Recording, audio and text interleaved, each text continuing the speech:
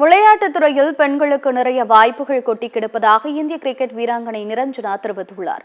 சென்னையில் உள்ள தனியார் கல்லூரியில் பல்வேறு கல்லூரி மாணவர்கள் கலந்து கொள்ளும் கிரிக்கெட் டூர்னமெண்ட் நடைபெற்று வருகிறது. இப்போட்டியை இந்திய பெண்கள் கிரிக்கெட் அணியைச் சேர்ந்த நிரஞ்சனா துவக்கி வைத்தார். பின்னர் செய்தியாளர்களை சந்தித்த அவர், நடப்பு IPL போட்டியில் சென்னை அணி சறுக்கல்களை சந்தித்திருந்தாலும் வருகின்ற போட்டியில் சென்னை அணி சாதிக்கும் என தெரிவித்தார். விளையாட்டுத் துறையில் பெண்களின் பங்கு குறித்து பேசிய அவர், பெண்களுக்கு நிறைய வாய்ப்புகள் கொட்டி கிடப்பதாகவும் முழு திறமையை வெளிப்படுத்தினால் சாதிக்கலாம் என்று தெரிவித்தார்.